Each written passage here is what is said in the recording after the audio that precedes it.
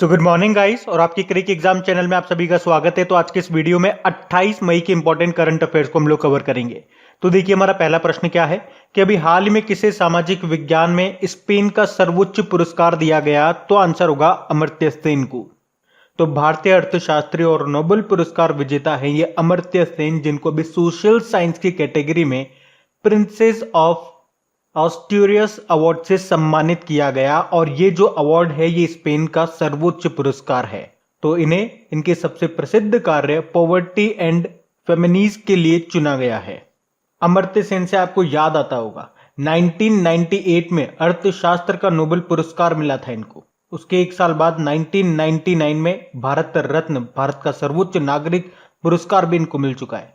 और इन्हीं से एक और पॉइंट आपको याद दिलाता हूं, पिछले साल की बात है, हमने पढ़ा भी था जर्मनी के प्रकाशकों और पुस्तक विक्रेताओं के संगठन जो है जर्मन बुक ट्रेड, तो उसने अपने प्रतिष्ठित 2020 शांति पुरस्कार के लिए अमर्त्य सेन को चुना था। बाकी देखो रुमाना सिन्हा सहगल की बात करेंगे तो नेल्सन मंडेला मानवतावादी पुरस्कार 2021 जीता। डॉक्टर नागेश्वर रेड्डी की बात करेंगे, कल ही पढ़ा इनके बारे में, रुडोल्फ वी शिंडलर पुरस्कार जीतने वाले पहले भारतीय बने। और वी के पांडियन FIH प्रेसिडेंट अवार्ड से इनको सम्मानित किया गया था। तो ये सारे पॉइंट इंपॉर्टेंट रहेंगे, याद रखना। बढ़ते आगे। और हाँ गाइस देखिए, इंडिया के टॉप बैंक एडुकेटर्स एक बार फिर अनअकैडमी पर आपके लिए ला रहे हैं ढेर सारी फ्री क्लासेस। तो अनअकैडमी की हर क्लास कंडक्ट की जाती है आपके बैंक की हर परीक्षा की तैयारी को और भी ज्यादा मजबूत करने के लिए। और ये सारी फ्री क्लासेस आपको मिलेंगी अनअकैडमी पर, जहां पर आप अपने फेवरेट टीचर के साथ अपने घर से अपने पर्सनल शेड्यूल के हिसाब से पढ़ सकते हैं। और अनअकैडमी की हर क्लास आप लाइव नहीं तो बाद में रिकॉर्डेड सेशन के द्वारा भी अटेंड कर सकते हैं। और अगर आप चाहें तो क्लास को डाउनलोड करके ऑफलाइन भी देख सकते हैं। और आप लाइव क्लास में आस्क अ डाउट फीचर के द्वारा टीचर से अपने डाउट भी क्लियर करवा सकते हैं। और आप लाइव क्विजेज और टेस्ट सेशन भी अटेंड कर सकते हैं, जहां पर आपको अपनी लाइव रैंकिंग भी देखने को मिलेगी। और अनअकैडमी पर टोटल 12 भाषाओं में क्लासेस कंडक्ट होती है। तो आप अपनी फेवरेट भाषा में क्लास अटेंड कर सकते हैं। आप अपने टीचर के साथ इंटरेक्ट कर सकते हैं, लाइव पोल में पार्ट ले सकते हैं। और ये सभी फीचर आपको मिलेंगे एक ही प्लेटफॉर्म पर, एक ही सब्सक्रिप्शन के साथ। तो आज ही सब्सक्राइब करें अनअकैडमी पर और इन सभी बेनिफिट्स का लाभ उठाइए। और हाँ देखिए, अगर आप मेरा कोड जो कि है क्रिक एग्जाम 10 यूज करते हैं तो आपको एडिशनल 10% का इंस्टेंट डिस्काउंट भी मिलता है। तो आपको इन सभी क्लासेस के जो लिंक हैं वो नीचे डिस्क्रिप्शन में मिल जाएंगे, तो वहां जाकर के आप इन सब का बेनिफिट उठा सकते हैं। अभी हम बढ़ते हैं आगे। अच्छा फिर बताइए, अभी किस राज्य के मुख्यमंत्री ने आकांक्षा पोर्टल को लॉन्च किया? तो आंसर होगा कर्नाटक। तो अभी कर्नाटक के जो मुख्यमंत्री हैं कौन? BS येदियुरप्पा। उन्होंने कॉरपोरेट कंपनियों की सोशल रेस्पॉन्सिबिलिटी एक्टिविटीज के तहत दिए जाने वाले दान में पारदर्शिता, ट्रांसपेरेंसी लाने के लिए आकांक्षा नाम से एक पोर्टल को लॉन्च किया है। एक्चुअल में क्या होता है, प्राकृतिक आपदाओं हो गई या फिर अभी वर्तमान में जैसे कोरोना के समय जो प्राइवेट कंपनियां होती है, उन्होंने जो योगदान दिया है उससे ही इस साल 175 करोड़ रुपए की दान राशि मिली है। तो अब इस आकांक्षा पोर्टल के थ्रू दानदाता ये जान पाएंगे कि उनकी राशि का कैसे उपयोग किया जा रहा है, और इससे दूसरी कंपनियों को दान करने में प्रेरणा भी मिलेगी। और इस पोर्टल के थ्रू भी अब निजी कंपनियां, प्राइवेट कंपनीज दान राशि जमा करा सकती हैं। अभी मध्य प्रदेश ने, आपको याद होगा, अंकुर योजना को शुरू किया था। पश्चिम बंगाल ने एक तो दुआरे राशन योजना, लक्ष्मी भंडार योजना और स्टूडेंट क्रेडिट कार्ड योजना को शुरू किया था। अभी पंजाब ने कोविड फतेह अभियान शुरू किया था, गांव में 100% वैक्सीनेशन के लिए था ये। और पंजाब का 23वां जिला कौन सा बन गया? मलेरकोटला। अब यहां बात कर्नाटक की है, तो ये रहा मैप में कर्नाटक। देखो कर्नाटक की कैपिटल हो गई बेंगलुरु, यहाँ के मुख्यमंत्री हो गए BS येदियुरप्पा और गवर्नर है वाजुभाई वाला। उसके अलावा हमने पढ़ा था कि 2020-21 में आयुष भारत कार्यक्रम के तहत स्वास्थ्य और कल्याण केंद्र स्थापित करने में कर्नाटक अभी टॉप पे रहा था। और उसी तरह से नीति आयोग ने जो नवाचार सूचकांक इनोवेशन इंडेक्स जारी किया था, उसमें मेजर स्टेट्स की कैटेगरी में कर्नाटक टॉप पे था। अभी बेंगलुरु में भारत का पहला वर्टिकल फॉरेस्ट टावर माना फॉरेस्टा ये बनाया गया। उसके अलावा फूल प्रसंस्करण केंद्र स्थापित किया जाएगा कर्नाटक में ही। और जो बेंगलुरु इंटरनेशनल एयरपोर्ट है उसने एयरपोर्ट काउंसिल इंटरनेशनल वर्ल्ड का वॉइस ऑफ द कस्टमर का अवार्ड जीता था। यहीं पे कृषि संजीवनी वैन शुरू हुई थी। अरुंधति और मैत्रेयी योजना यहाँ पे शुरू हुई थी। किसानों के लिए फ्रूट्स पोर्टल लॉन्च किया गया था। फ्रूट्स मतलब हो गया farmers registration and unified beneficiary information system. अच्छा, भी कर्नाटक का 31वां जिला बना था, कौन सा? विजयनगर, बल्लारी जिले से अलग होकर के। और भारत का पहला चंदन संग्रहालय ये कर्नाटक के मैसूर में स्थापित किया जाएगा। याद रखना, भारत की पहली तट रक्षक अकादमी कोस्ट गार्ड अकेडमी ये बेंगलुरु में स्थापित की जाएगी। और कर्नाटक सरकार ने देश की पहली इंटीग्रेटेड एयर एम्बुलेंस सर्विस को भी शुरू किया। और भारत का पहला खिलौना निर्माण समूह ये बनेगा कर्नाटक में, यानी कि टॉय मैन्युफैक्चरिंग क्लस्टर। और कर्नाटक के हुबली स्टेशन में ही दुनिया का सबसे बड़ा, या यूं कह दीजिए सबसे लंबा प्लेटफॉर्म बनाया जा रहा है। और वैसे तो अभी हुबली स्टेशन का नाम बदल दिया गया, श्री सिद्धरुद्र स्वामीजी रेलवे स्टेशन कर दिया। और उसी तरह से यहीं का है हावेरी रेलवे स्टेशन, जिसका नाम महादेवप्पा मेलारा रेलवे स्टेशन कर दिया। कर्नाटक में आपको बांदीपुर नेशनल पार्क मिलेगा, अंशी नेशनल पार्क मिलेगा, बेनरगट्टा नेशनल पार्क हो गया, नागरहोल नेशनल पार्क हो गया। और यहाँ पे एक न्यूक्लियर पावर प्लांट मिलेगा आपको, कायगा न्यूक्लियर पावर प्लांट। तो ये भी ध्यान रखना बढ़ते आगे। फिर बताइए, फिल मिकेल्सन ये किस खेल में एक प्रमुख चैंपियनशिप जीतने वाले सबसे उम्रदराज खिलाड़ी बन गए हैं? तो आंसर होगा गोल्फ में। तो इनकी उम्र है 50 साल और ये अमेरिकी गोल्फर है। फिल मिकेल्सन इनका नाम है। और अभी 2021 पीजीए चैंपियनशिप जीतकर इतिहास रच दिया इन्होंने, क्योंकि पीजीए टूर के इतिहास में एक बड़ा खिताब जीतने वाले ये सबसे उम्रदराज खिलाड़ी बन गए हैं। और ये उनका छठा बड़ा खिताब है। तो क्या नाम है इनका? फिल मिकेल्सन, अमेरिकी गोल्फर है ये। फिर बताइए, वित्त वर्ष 2020-21 के दौरान भारत में प्रत्यक्ष विदेशी निवेश फॉरेन डायरेक्ट इन्वेस्टमेंट करने वाले देशों के मामले में टॉप पे कौन सा देश रहा? मतलब पूछा जा रहा है कि भारत में एफडीआई सबसे ज्यादा किस देश से आया वित्त वर्ष 2020-21 में? तो आंसर होगा सिंगापुर। और कितना आया? तो $81.72 बिलियन, जो कि पिछले बार के मुकाबले 10% ज्यादा है। और सबसे ज्यादा किस देश से आया? तो सिंगापुर से आया, उसके बाद यूएसए। और प्रश्न अगर आपसे ऐसे पूछा जाए कि सबसे ज्यादा विदेशी निवेश ये किस राज्य में आया? तो आंसर हो जाएगा गुजरात। दोनों प्रश्न क्लियर रखना। भारत में सबसे ज्यादा एफडीआई किस देश से आया? तो सिंगापुर से। और भारत में सबसे ज्यादा कहां पे आया? तो गुजरात में आया। एफडीआई मतलब हो गया फॉरेन डायरेक्ट इन्वेस्टमेंट। क्या मतलब होता है इसका?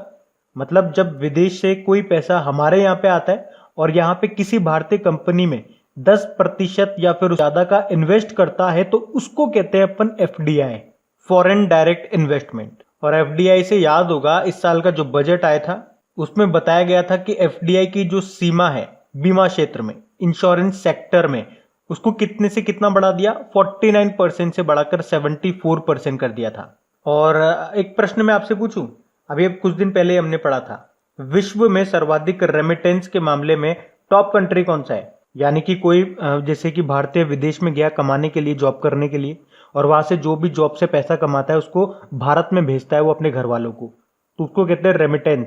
तो रेमिटेंस के मामले में सबसे ज्यादा रेमिटेंस के मामले में टॉप पे भारत है, सेकेंड नंबर पे चाइना है। और इस रिपोर्ट को जारी किया था वर्ल्ड बैंक ने, ये भी ध्यान रखना। तो ये इंपॉर्टेंट क्वेश्चन मार्क करना, इसे बढ़ते आगे। फिर बताइए, हाल ही में देश की प्रथम महिला टेस्ट इंजीनियर कौन बनी है? तो आंसर होगा आश्रिता।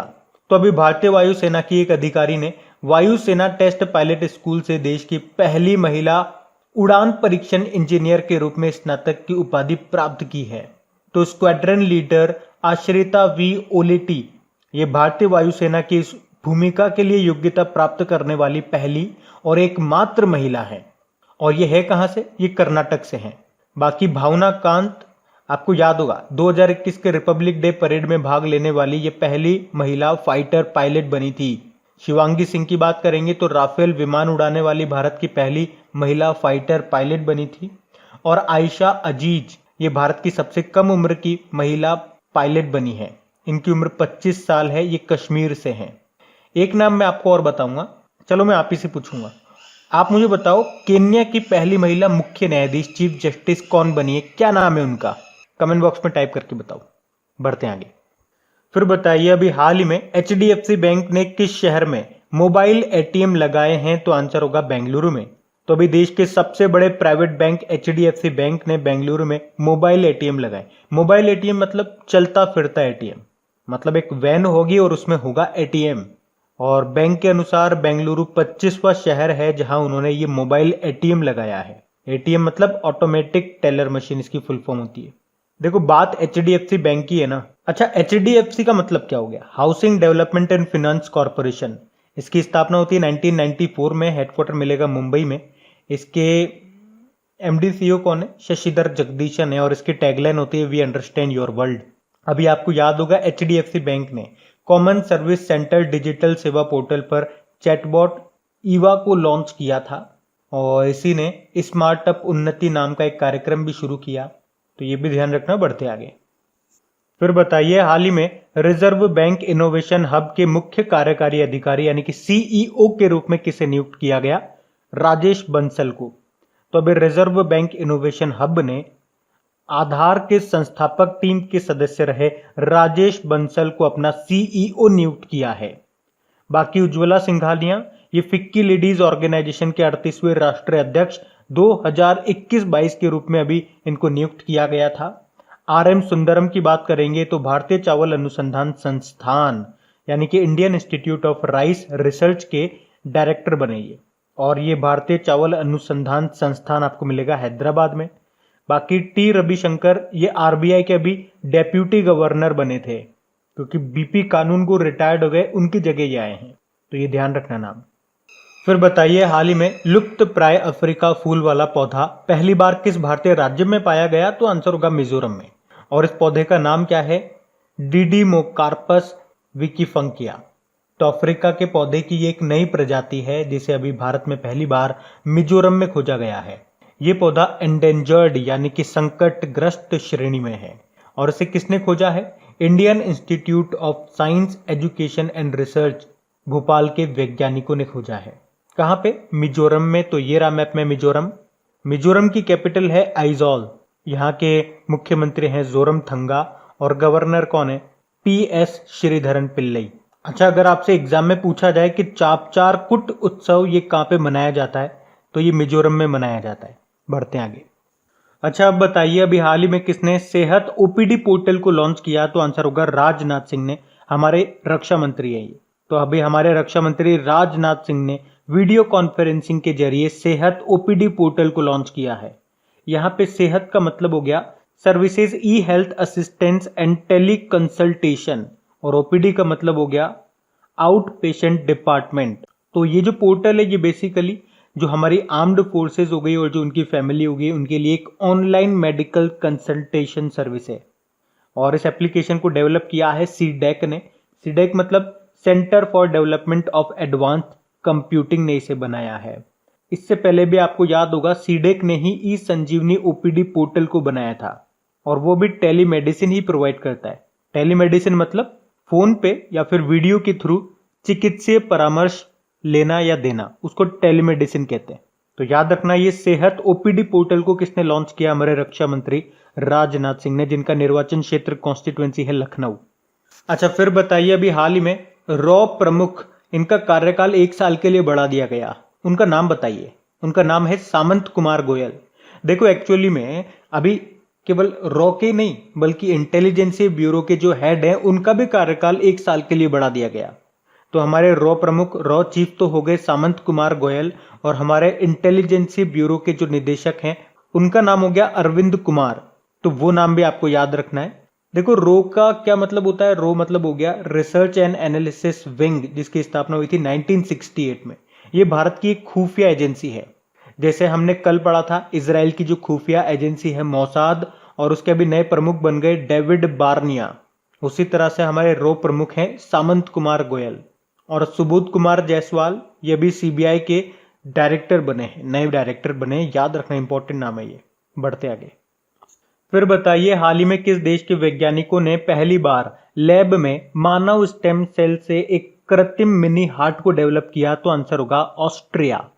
तो भी ऑस्ट्रिया की एक लैब में एक आर्टिफिशियल मिनी हार्ट तैयार किया गया है, और ये हार्ट बिल्कुल 24 से 25 दिन का जो भ्रूण होता है उसी के जैसा है ये हार्ट, और ये लगभग 1 मिनट में 60 से 100 बार धड़कता है। इसे स्टेम सेल से बनाया गया है, तो अब इसके परीक्षण से दिल की कई बीमारियों के राज खुल सकेंगे। अच्छा बताइए, अभी एक कार्डियोलॉजिस्ट का निधन हो गया। फेमस कार्डियोलॉजिस्ट थे, क्या नाम है उनका? हृदय को साइंस की टर्म में, बायो की टर्म में कार्डियो कहते हैं, तो उनका नाम था के अग्रवाल। चलो अब कमेंट बॉक्स में ये भी छाप दो, भारत की पहली महिला कार्डियोलॉजिस्ट का नाम क्या है? इनका भी अभी कुछ समय पहले ही निधन हो गया। अब यहाँ पे बात ऑस्ट्रिया की है, तो ये रहा मैप में ऑस्ट्रिया। देखो ऑस्ट्रिया की कैपिटल वियना है, और देखो वियना में आपको ओपेक का हेडक्वार्टर मिल जाएगा, और यहाँ के जो चांसलर है उनका नाम है सेबेस्टियन कुर्ज। और ऑस्ट्रिया में भारतीय राजदूत इंडियन एम्बेसडर कौन है? जयदीप मजूमदार हैं। और ऑस्ट्रिया की करेंसी क्या है? यूरो। बढ़ते हैं आगे। फिर बताइए, अभी 24 मई से लेके 1 जून 2021 तक होने वाली विश्व स्वास्थ्य सभा यानी कि वर्ल्ड हेल्थ असेंबली की 74वीं बैठक की अध्यक्षता कौन कर रहे हैं? तो आंसर होगा डॉक्टर हर्षवर्धन। तो वर्ल्ड हेल्थ असेंबली का आयोजन किया जा रहा है, अभी 24 मई को शुरू हो गया, 1 जून तक ये चलेगा। और ये इसका कौन सा एडिशन है? 74th एडिशन है। और कहाँ पे हो रही है ये हो रही है जेनेवा स्विट्जरलैंड में। और इस बार इसके अध्यक्ष कौन है? हमारे हेल्थ मिनिस्टर डॉक्टर हर्षवर्धन। और ये मीटिंग होती क्यों है? तो इस समय पूरे विश्व में जो भी स्वास्थ्य समस्याएं हैं उनकी समीक्षा के लिए, उनके समाधान, उनके निपटान के लिए इसका आयोजन होता है। और अभी डायबिटीज को सार्वजनिक स्वास्थ्य समस्या घोषित किया गया। अच्छा, डॉक्टर हर्षवर्धन से याद रखना, ये WHO के कार्यकारी बोर्ड के अध्यक्ष भी हैं। और वैसे WHO के अध्यक्ष कौन है? टेड्रोस अधानोम, जो कि इथियोपिया से हैं। तो अब बात करेंगे कल के वीडियो में पूछे गए प्रश्न के उत्तर की। तो कल के वीडियो में आपसे पूछा गया था, अभी किस राज्य सरकार ने संजीवनी परियोजना को शुरू किया? तो आंसर होगा हरियाणा ने। आप सभी ने प्रश्न का बिल्कुल सही उत्तर दिया है। और हाँ गाइस, देखिए अगर सेशन अच्छा लगा हो तो इसे लाइक जरूर करना, और अपने दोस्तों के साथ में या जो भी आपका स्टडी ग्रुप है वहां पे इस वीडियो के लिंक को एक बार शेयर जरूर कर देना।